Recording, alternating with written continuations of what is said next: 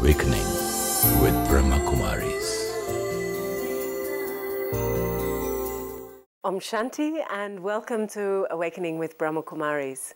You're with Sister Jenna from Washington, D.C. and myself, Carolyn, from Chile.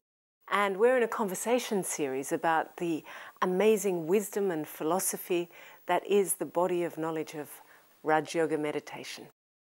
So where we're up to, this is our 5th. I believe it's the 5th, yeah. Wow, time goes quickly. Time flies fast, yeah. So we're on our 5th session today, and now we're going to look in this session at that very controversial topic of karma. It always opens a whole lot of questions that some can be answered and some we just have to say, well, it's the cosmic law of justice. You can't see the beginning and you don't know the end. But we're going to explore that today. So, Sister Jenna, that's kind of recapped everything? Have I left anything out? I think it was fine. Good morning. You know, the law of karma is like a kokri. What do they call it? Kokri? The boomerang. It's a boomerang. Yeah, I'm Australian, so we're boomerangs. Yeah.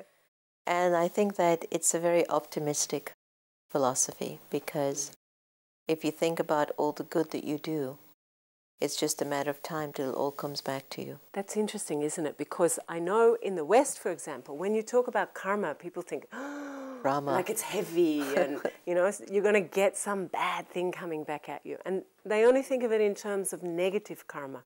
But it's not the case, is it? I don't look at karma philosophy as just negative karma. In simple terminology, karma is just actions. So apparently all the actions that we perform, it has a feeling in it, or we gain a feeling from it, and that gets lodged in the soul as a memory. And that karma tends to determine the way that I think and feel and then, eventually act out on. Now, there are times that things happen to us and we're not quite sure why this is happening to me. Why me? I did a wonderful talk in New Orleans the other day. It's called Why Now? Why Me? Why Not? That's good. Why now? Why me? Why not? Why, yeah. And then it was interesting to hear how there were different ways in which everyone looked at that conversation. Why me? Did this have to happen to me? Mm-hmm. And why now it had to happen to me? And then, of course, when they got to the why not, it made, everyone think again, what do you mean why not? There are things that are destined to happen to us. There are things that are what you would say preordained. And I don't want to go into try to decode that. That's tricky because there is a whole group of people who don't agree with that as a basic premise. That's another conversation, but I think it's very important to know. Whether you believe it or not, I think it's important to know that perhaps this might be predestined, but we don't remember. And we are playing out our part as it unfolds. Now, the whole philosophy of karma is that you'd say, for example, the soul takes a maximum of 84 lives, minimum of 1. From the moment the soul is a child, as it grows into an adult, it sees things, it hears things, it says things, it does things, and it feels these things. And it's all accumulating and being left inside of me. Now, let's say that I might have hit someone I'm just being cute. I might have hit someone 5 lives ago. And you're the one that I love the most, and all of a sudden you turn around and hit me. I go, well, why'd you do that? Why me? Why did you do that now? I'd say, why not? And then you might go, why not? And then what happens is that I don't remember what I did 5 lifetimes ago that would warrant you to have had that impact on me. One day I was ironing 7 yards of sari, and I remembered thinking, you see, what's beautiful about Rajyoga is that when your mind is free, you're thinking about your journey, you're thinking about how to keep changing yourself, you're thinking about how to get those soul-conscious qualities back up into the soul as an expression. So one day I was ironing, these saris, and I don't know what happened, but I was just thinking about all the people that I must have given sorrow to in my past life. Given sorrow to? And I remembered saying, I'm so sorry, I didn't know better. Please forgive me, I didn't know better. It's not that anyone came in my mind as such. I wasn't going through a hard time. No one did anything to me. But somehow I was thinking that there are times that I do encounter a relationship or a situation which is not going the best way to my advantage or to even the other person. We're just not harmonizing. There is a strain in the relationship. Sometimes you don't even tell someone something bad, but you can feel there's a strain with the person. You can't be yourself. That's also karma. Yeah. It's subtle, but it's karma. But I remembered when I kept saying, I'm so sorry, please, to all the souls I've given sorrow to. Forgive me, I really didn't know what I was doing. And there was something very powerful in me doing that. Because it wasn't at a time when someone was giving me sorrow. It wasn't at a time when I was giving someone sorrow. It was a time of awareness. It was a time in which I just had a moment where the thought emerged about, what did I do in my many lives? Did I give sorrow to many people? And if I did, I'm so sorry. And I did it with sincerity. Yeah, not as a point of information or knowledge, I but did it from the heart. with real sincerity. And if I were to look at my life today, I have a tremendous amount of healthy, very beautiful relationships. And I have some that are still challenging.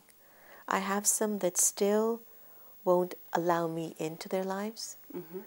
And there's some that still challenge the life that I live. And yet I see it for what it is. It is an account. An account means it is something perhaps that I owe. So let's say I'm earning $10 a week, but I'm in debt for $20 a week. There's going to be some suffering or some issues. Let's say certainly some stress. There'll be a lot of stress. So let's say the bill collector keeps calling you on the phone. You owe us $20. If you don't have philosophy of karma, if you don't understand that God is the purifier and the ocean of love and who absolves my past iniquities, if you don't have knowledge of the soul, you could think that that's about the end of your world. My credit is ruined. The bill collectors are calling. They're going to take this away. The house is going. I'm going to be on the road. And your whole consciousness gets engaged in that karma of the fact that you spent more than you earned. So does that mean then, at a very deep, unconscious level, the soul lives in fear? I think for many of us, because of attachment, the soul lives in a great deal of fear. Ego also supports fear in the soul. But the point that I was trying to share is that when you have knowledge, awareness of these three faculties that we've spoken about in the past few days, is that if the bill collector does call, if the in-law does treat me unkindly, if my child is not matching my values or my vision, if my spouse is not cooperating with the things that I need as a human being, then I put it into the account of karma, but with understanding, not with guilt, not with shame, not with blame. And not with the ego, not with arrogance either. It goes, I'm right, and it's just karma. Not karma like that. Yeah. I do realize that, why is this happening to me? There must be a reason why you're not letting me into your heart. There must be a reason why you're just not letting me in. Now, it doesn't mean that I do everything in my life or in my world to try to let you let me in, but I turn my attention back to myself. And I know there must be a block. There must be some body-conscious vice or algae there that is creating this reality for me. And because I have the knowledge of that, then I turn that energy to myself to work out that issue through my relationship with Baba. Because why we need to remember Baba so much is because Baba absolves the past sins, the past negativities, the past karmas that I'm in debt to or in debt for. Okay, I'm not going to let you go past that because this is a hot topic. Which one? Exactly what you're just talking about. Being in relationship with Baba, and Baba absolves those. because I think it's a great statement, and obviously you've got a lot of experience under it, and I have thought about this a lot and experimented a lot, but it sounds really a lot like go to confession as a Catholic, or do a bit of puja. Not at all. Yeah, so God absolves, because Not at all. how does that work? Because when you went to puja or you went to confession or what have you, it wasn't necessarily with the deep understanding that the past was getting erased. Many cases we went because it was a habit, it was a system, it was tradition. But when you start to become a yogi and you connect your mind and your heart and your whole being, knowing that there's some stuff in the soul of the past which no doctor can get out of you, no spouse can get out of you, no child can get out of you, no psychologist can get out of you. Your connection to Baba gets it out of you. Well, only a very sensible person realizes, I've got to do this. I don't want to live in a bondage anymore because of my past. We don't know how to erase our past. Through the yoga with Baba erases our past. How? Through the silence that we experience, one. How? I have knowledge of where the Supreme Soul resides, the fact that I came from that Supreme Dimension, I'm going back there. How? Because I've practiced, and it's important to practice until the memory comes back. How? Because the soul is internal, and the soul is unlimited in its own sense, and it has a lot of space. And presently it might have space of some bruises or some debts of the past. You want to refill that space with what is true and what is noble. How? You keep allowing triggers of what is positive and good to come to you. We have this amazing little meditation museum in Washington, D.C. I'll never forget the day we opened that. The contractors were still trying to get the lights up. There was paint, there was wood, there was chaos. It was 3 o'clock.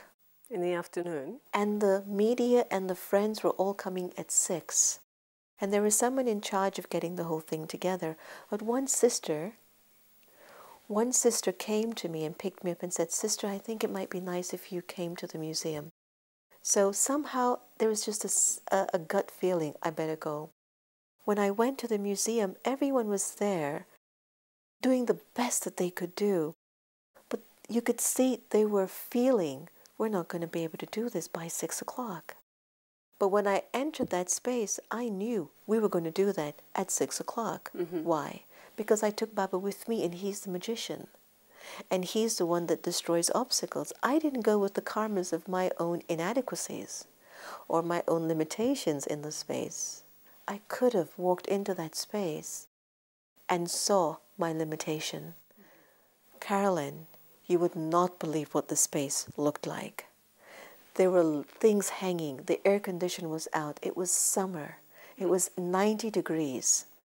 There was dirt on everything was a chaos. I went in knowing that I went in with Baba, and that this meditation museum was to reveal Baba is teaching the soul. That the Supreme Father was the teacher, and he was getting ready to liberate you from your suffering. And because there's this subtle connection with this awareness in the soul, it has changed my karmas. And it changed everyone's karmas who was there. I'll tell you what was very powerful about that day. By 6 o'clock, I think it was 15 minutes before 6, the air conditioner went on. They don't know how it just got back on. Yeah. The electrician was still asking for light. It came on. The first person in the museum was a reporter from the Washington Post. She had to walk around the ladder as the electrician was trying to put that light up. And in my heart and in my awareness, that was not my karma. I'm with Baba. And it's my relationship with Baba that's going to distract everyone away from what was going on. Now, I have to tell you that by 6 o'clock, everything was in order. Impeccable. As if nothing was happening before that. Now, that was karma because I did not believe I was coming from a deficit. I believe that the ocean of everything is who I'm having a quiet, very profound relationship with. And when I need Baba, or when I need to use Baba, I use him, especially at a time of need. Carolyn, that place was immaculate. At the end of the program, I told all my friends, you all would not believe, just 2-3 hours ago, this place was like a tornado. And they looked at me and go, what are you talking about? There's no way the place was a tornado. The place was impeccable. Why I'm sharing this story with you is that there are times that we look at karma too much on the negative.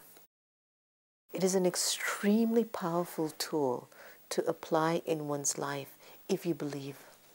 I completely agree. You know, my father has a lot of, my dad, who is in Australia, he's grown up with a lot of sort of anxiety around financial security, even though he doesn't have to worry about that, right? But it doesn't matter how much, he still has this insecurity. He's done a lot of work and changed that to some extent. But he always wants me to have, you know, a good retirement package, you know, investments. And I say to him, you know, my karma is my superannuation. My karma is my retirement. There is no doubt in my mind that if I look after my actions now, if I make sure I'm on the give and not on the take, if I karmically look after well-being, if I look after my world, the result has to be good. And because I'm in this relationship with God, which is, you know, taking me out of the old story. And yeah, I still have to settle. Like, there is chaos, but I don't believe the story of the chaos, and it passes quickly. That's excellent. Rather than absorbing myself in the story, becoming hopeless, and then acting from that hopelessness, which generates more chaos.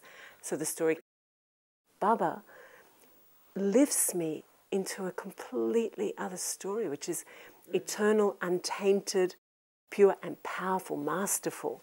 And he says, believe this because this is the truth. Not only in words, it's in experience.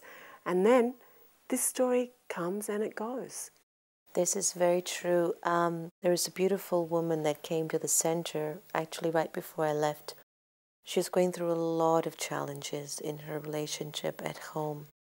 And after, I think it was about a week after doing the course and introduction to Baba, her whole face changed. And she came to me right before I left and she said, you know, Sister Jenna, the only thing that I'm concerned about is that I don't want to grow lonely. I don't want to grow old alone. I go, why are you thinking so much in advance? Why don't you just really appreciate the fact that you've got your power and your sovereignty and your freedom back now? Don't make the same mistakes you did before. Put the best in what you know now to be true in your actions. And trust and have faith and believe it's going to work out and you won't grow old alone. Yeah. And I feel that if we begin to use karma in a more positive way, where we become more responsible in using the goodness that we know, that the subconscious actions will erase or negate, so to speak, the body conscious karmas that are still in the soul, then if I keep using my soul consciousness in action, I will somehow reduce the intensity of my negative karmas. Now, I'm not saying that challenging situations won't come to you. They will.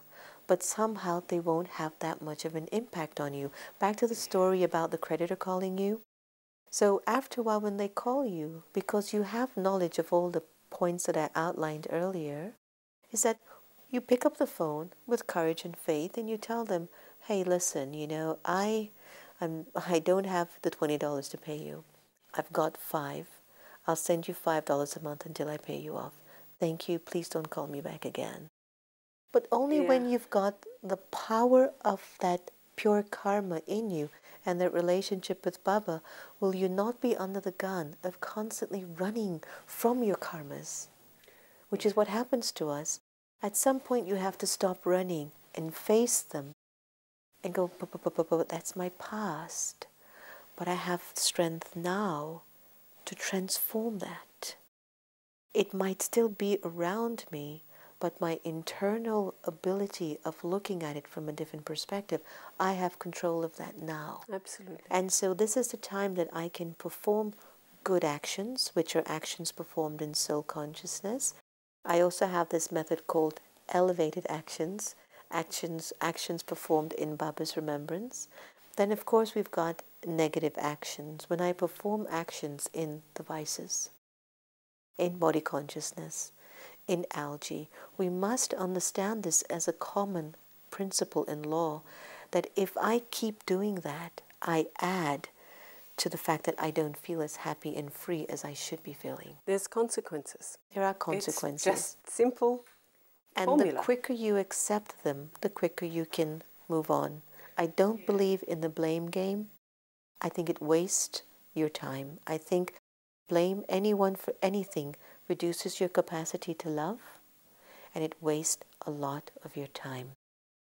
I don't think there's any need for you to be guilty, because things are happening for a reason. The drama is accurate. We should talk about that at some point, because well, it's part of this. The knowledge of the drama is so important to know, but it's accurate what's happening to you. Remember my story about ironing? The knowledge of the drama. That's a statement that needs unpacking. I think we have to talk about that in another show. I think it's too deep of a topic to brush on in today's discussion, but I feel that just the knowledge of knowing that whatever is happening to me is happening for a reason. And if I accept and believe it's beneficial, that's so important in changing and reversing my karmas. It is so important. The Himalayas could be falling down, but I could see part of it that's not. Yeah. But if my karmas are just riding me and I just think, oh, everything is negative, everything is bad, oh, why is this happening to me? Why me? Why now? I'll see the Himalayas falling and I'll be like, oh God, why did the Himalayas fall on me? And I won't even see there was a part of it that didn't fall. Mm. So we have to transform our awareness, our perception, our consciousness. Please, I beg the audience, it's no longer time to go into this one, that one, you, he, did this, that, why me, why, how. It's time for me to begin to use the good karma and the goodness that I know to be true in my life. The problem with us, I think, is that we become impatient. We become impatient and we want it to happen immediately. It won't happen immediately. It didn't happen immediately for me to go into sorrow. It took time. It will happen in time for me to get my power, my freedom, and my happiness back. And it will take time to resolve the debts that you've got. It takes time to resolve the debts, but what I'm working on a lot now is that, okay, if I owe $20, I go find myself a job that I really enjoy that pays me $100. I really don't care about how much I owe anymore. I'm really working on accumulation right now. Sure. And the more that we practice accumulating good deeds with your mind, keep donating good wishes. Don't stop giving good wishes to people. With your money, give to good causes. In your skills and your qualifications, offer it to something or something that's good. Build. Keep building. Keep offering your life, not out of compulsion, but out of a knowing that it comes from the heart of the soul to give of itself, not to keep taking so much. Right. Okay, you have unpacked a huge amount there in the karma. And, it's a big topic, and we didn't get to the hot questions that usually we get to. But perhaps we're going to do that in some other session. This is powerful, powerful formula for how to transform the way that you live, transform the way that you feel about living. It gives you the power to understand you are the creator of your own destiny. When you understand that, okay, so there's some debt, but the soul can start to accumulate now, as Sister Jenna said, through contributing, contribute all that you have from your heart in all areas that you can. Not because you're afraid of, the ensuing debt, but because it makes a life abundant. And when you do that, you turn the law of karma around from a heavy sense of, you know, what I owe, to a tool that enables me to live in a flourishing way, in a truly prosperous way in life. And knowing that when I've got this connection, this immortal, unshakable, beautiful connection with the Source who is my everything, then I have access, as Sister Jenna was saying with her example of, you know, the opening, that you don't have to face the traumas and the tragedies and the chaos of life alone.